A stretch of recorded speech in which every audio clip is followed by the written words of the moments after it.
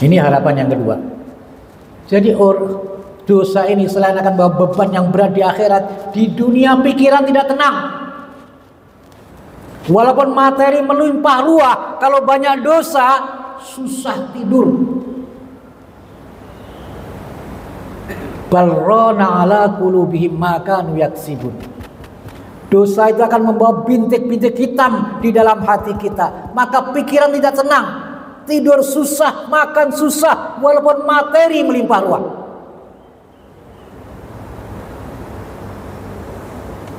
Maka banyak majikan yang susah tidur padahal kamarnya mewah, kasurnya kasur latek yang harga 100 juta. Susah tidur, pembantunya di kamar yang sempit, nyenyak tidurnya.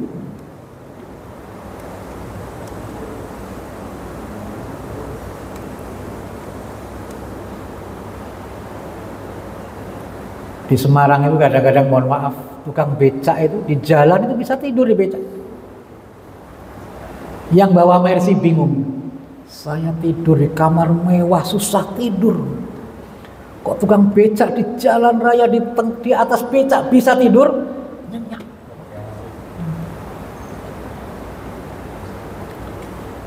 Maka ada cerita seperti itu ya.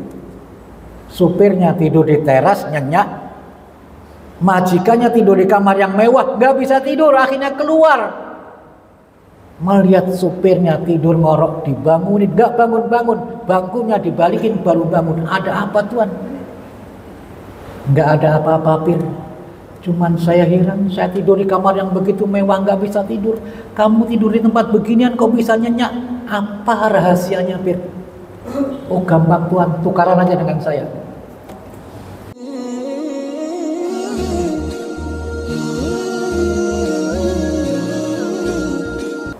Tapi karena ini tidak ada contoh dari Rasulullah, maka ada ustadz mengatakan itu perbuatan bid'ah. Bid'ah itu sesat, sesat itu masuk neraka. Maka kalau halal bihalal yang banyak dosanya ustadz yang ceramah berarti. Ustadz yang ceramah. Bukan, Pak, Islam itu luwes ya. Islam itu luwes ya. Walaupun tidak dicontohkan Rasulullah, tapi itu positif, diterima oleh Islam. Khudil hikmata walau min ayyi wi'ain kharajat. Ambillah kebenaran itu dari mana saja datangnya. Bid'ah itu tidak terlalu luas seperti itu. Kalau ibadah formal ya, seperti sholat duhur ini kan 4 rakaat. Wah, supaya lebih bagus kita bikin 10 rakaat. Itu bid'ah Pak itu. Itu bid'ah. Itu bid'ah ya. Kalau masalah-masalah sosial asal positif, asal tidak bertabrakan dengan syariat, silakan ya. Tapi dengan catatan Pak ya, kalau halal bihalal yang diprioritaskan itu hiburan Pak ya, hiburan. Nah itu yang bisa bertabrakan. Kalau hanya sekedar meminta maaf, ini ditekankan oleh Islam. Itu hadisnya tadi. Sebab kalau kita tidak minta maaf, bahayanya amal kita hilang. Maka biasanya halal bihalal yang berdiri di depan pertama itu siapa Pak biasanya? Pejabat atau bawahan biasanya? Pak, yang pertama berdiri kalau halal bihalal minta maaf, Ustadz biasanya yang pertama siapa? Pejabat atau bawahan? Pejabat. Kenapa pejabat? Karena biasanya yang sering ngomongin pejabat itu bawahan. Jadi biasanya yang sering ngomongin atasan itu bawahan, itu sering ngomongin ya sama-sama. Jadi kadang-kadang ya sudah di situ saling minta maaf. Jadi itu bukan kita nilai bid'ah ya. Jadi minal aidin al faizin itu juga ungkapan yang bagus sebenarnya kan, karena tadi menganalogikan dengan apa? Perang melawan hawa nafsu. Mudah-mudahan kita menang ini kan, menang. Ya sudah. Itu harapan pertama, mudah-mudahan amal kita diterima oleh Allah Subhanahu wa taala. Karena ada ungkapan hadis rubba shaimin laisa lahu min siyami ilal ju' wal atas. Banyak orang yang puasa Hasilnya cuma lapar dan dahaga saja, hanya demonstrasi lapar. Karena ada syarat rukun yang tidak dipenuhi, atau ada larangan-larangan yang tidak dijauhi kan, seperti ucapan-ucapan yang kotor, ya tadi menghina orang dan lain sebagainya, maka hasilnya hanya lapar dan dahaga. Kita lanjutkan. Dan sudah pernah kita bahas di sini bahwa syarat diterimanya amal itu ada 3. Ini harus menjadi ilmu kita, tidak boleh lupa. Masih ingat, Pak? Pak, masih ingat nggak? Sudah sering kita bahas di sini. Syarat diterimanya amal itu 3. Maka kita ulang-ulang terus ini ngaji. Kita ulang-ulang terus. Iman, ilmu, ikhlas. Ini aja ya. Iman, ilmu, ikhlas. Iman sudah kita miliki. Ilmu akan terus kita tambah terus. Maka di sini setiap Senin, setiap Rabu ada kajian supaya amal kita diterima oleh Allah, supaya amal kita benar, supaya amal kita sesuai dengan sunnah Rasulullah Sallallahu Alaihi Wasallam. Dan yang berat itu yang ketiga itu ikhlas. Tujuan utama adalah untuk meraih ridha Allah, mengharapkan pahala dari Allah, bukan ingin pujian orang. Dan yang paling rawan tidak ikhlas itu ustadz, termasuk imam saja. Yang paling rawan tidak ikhlas itu ustadz, ceramah ingin dipuji orang kan. Apalagi imam kan, suaranya enak supaya dipuji makmum. Itu rawan. Maka berat Pak jadi penceramah sama jadi imam itu kan. Imam itu kalau jadi imam ayatnya panjang-panjang kan? Tapi kalau sholat sendirian ayatnya pendek-pendek. Ayat pendek-pendek. Jadi imam itu rawan tidak ikhlas ya. Ini syarat yang ketiga ini berat. Itulah harapan kita. Harapan yang pertama, mudah-mudahan amal kita diterima oleh Allah Subhanahu wa taala, akan menjadi bekal kita kebahagiaan di dunia, akan menjadi bekal kita kebahagiaan di alam kubur, akan menjadi bekal kita kebahagiaan di alam akhirat, akan menjadi tiket kita, akan membawa kita terbang menuju alam akhirat. Itu harapan pertama. Harapan kedua, mudah-mudahan amal kita ya, amalan-amalan yang kita kerjakan selama bulan Ramadan itu bisa merontokkan dosa-dosa kita. Sehingga sekarang ini kita bagikan bayi baru lahir ke dunia. Mohon maaf Bapak, Ibu, saudara-saudara. Dosa itu selain akan membawa beban yang berat di akhirat, surga tidak mau menerima orang yang datang ke akhirat masih memikul dosa. Fa amma wa amma man khaffat mawazinuhu fa ummuhu hawiyah. Siapa yang ringan timbangan amal baiknya, yang berat timbangan dosanya, maka tempat kembalinya adalah hawiyah. Wa ma adraka ma hiya. Apa itu hawiyah? Narun hamiyah, api yang membakar. Dosa kita dicuci dulu di neraka. Kalau ada kalimat tauhid, baru kita bisa masuk surga. Maka penghuni surga itu ada yang jahannam, jahannamiyun. Padahal doa yang hampir tidak pernah kita lupakan, waqina adzabannar, ya Allah, jangan sampai diri ini tersentuh api neraka ya Allah. Maka doa yang kita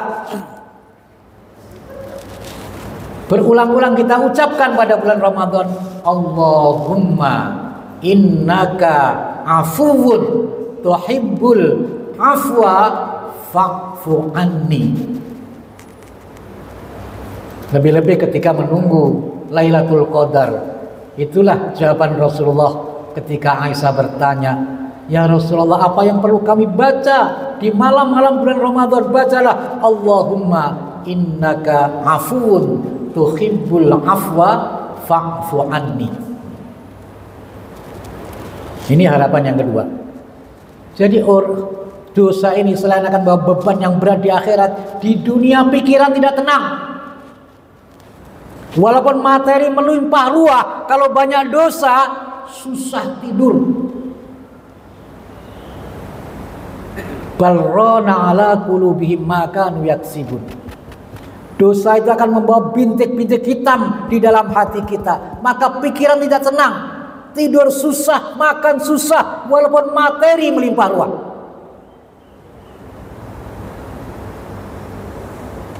Maka banyak majikan yang susah tidur padahal kamarnya mewah,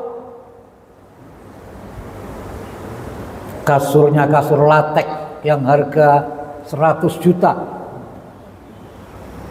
Susah tidur, pembantunya di kamar yang sempit, nyenyak tidurnya.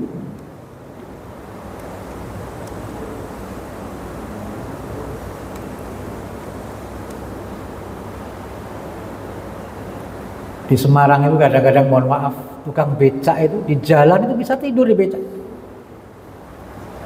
Yang bawa Mercy bingung, saya tidur di kamar mewah susah tidur, kok tukang becak di jalan raya di atas becak bisa tidur nyenyak.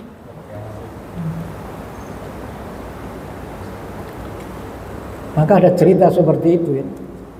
Supirnya tidur di teras nyenyak, majikannya tidur di kamar yang mewah gak bisa tidur, akhirnya keluar. Melihat supirnya tidur ngorok, dibangunin, gak bangun-bangun, bangkunya dibalikin baru bangun. Ada apa tuan? Gak ada apa-apa Pir, cuman saya heran, saya tidur di kamar yang begitu mewah gak bisa tidur, kamu tidur di tempat beginian kok bisa nyenyak, apa rahasianya Pir? Oh gampang tuan, tukaran aja dengan saya. Ini kalau kita banyak dosa Pak, susah tidur Pak, makan pun susah. Walaupun lauknya macam-macam, pikiran tidak tenang, itu dosa. Ini harapan baru dua ini kan? Harapan baru dua. Tadi temanya adalah harapan dan garapan. Ini harapannya baru dua. Sekarang harapan yang ketiga saja. Ya, nanti garapannya akan, kalau ada jadwal lagi kan, itu garapannya ya. Sekarang harapan yang ketiga. Harapan yang ketiga, mudah-mudahan amalan-amalan yang kita kerjakan selama bulan Ramadan menjadi habit kita di luar Ramadan, menjadi kebiasaan kita di luar Ramadan, menjadi karakter kita di luar Ramadan. Maka puasa itu bukan hanya di bulan Ramadan, usahakan setiap bulan minimal 3 kali kita puasa. Kalau setiap bulan 3 kali, 3 hari kita puasa, berarti sama dengan 1 tahun juga.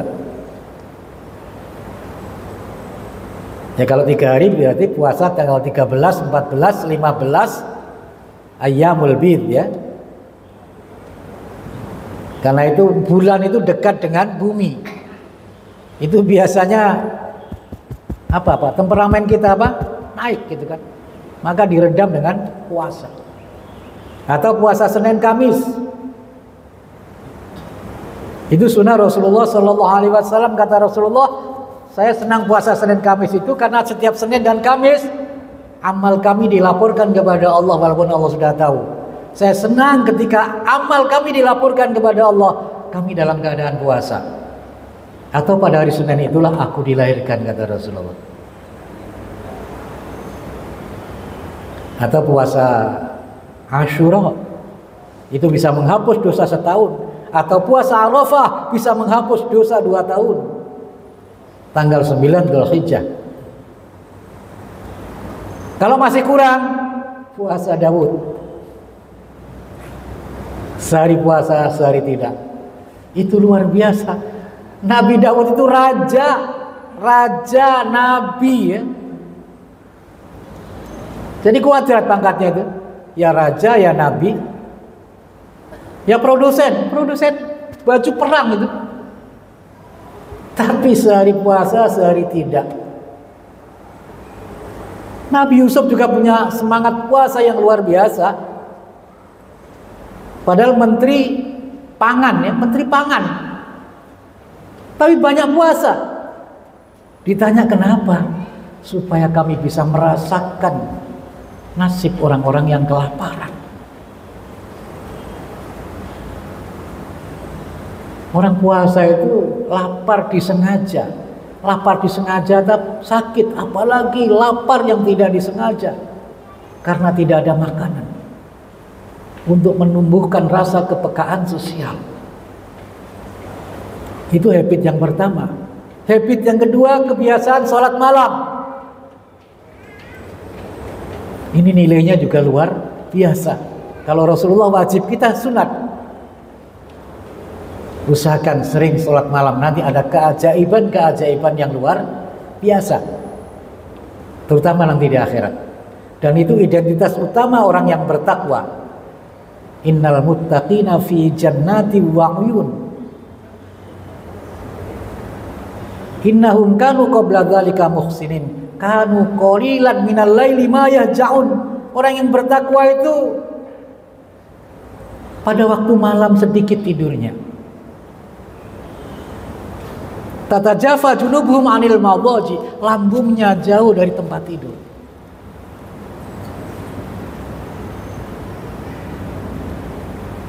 Usahakan kalau tidur jangan terlalu malam. Biasanya jam berapa, Pak? 10 kemalaman dah itu. Jam 8. Habis sholat isya kita tidur aja kan? Tidur aja. Habis sholat isya kita tidur. Nanti jam 1 malam bangun. Itu luar biasa, pikiran tenang.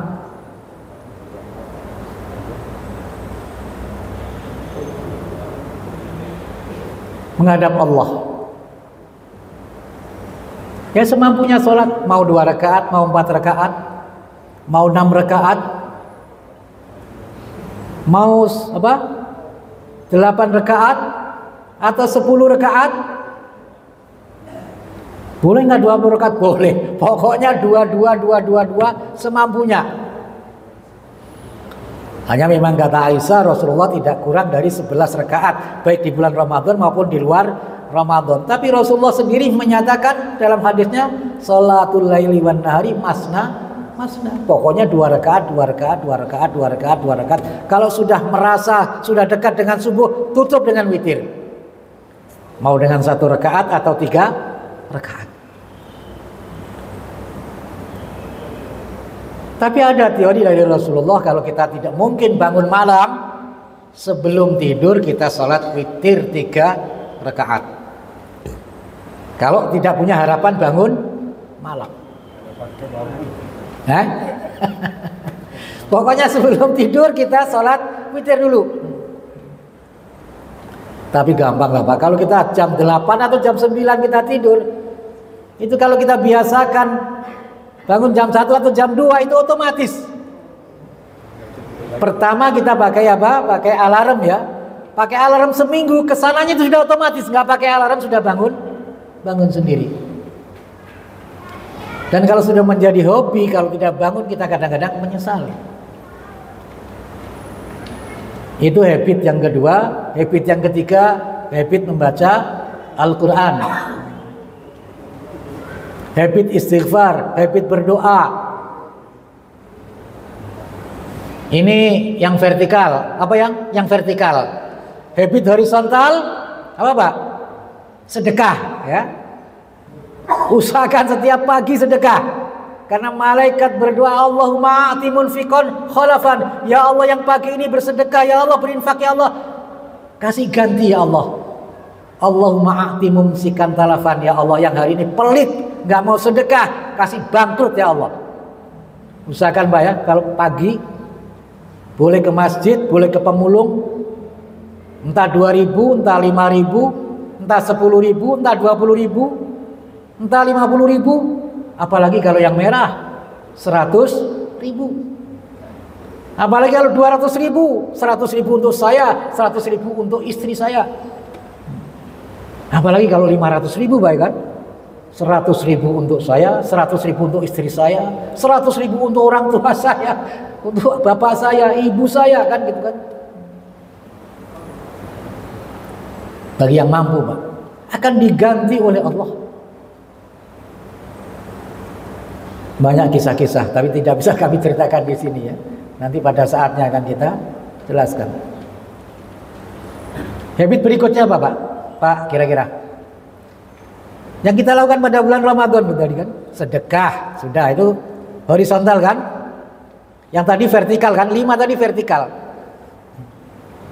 Ya kalau 7 habit itu, kalau 7 ya sedekah dulu. Yang 7-nya apa, Pak? Yang ke-7 apa? Disiplin terhadap waktu.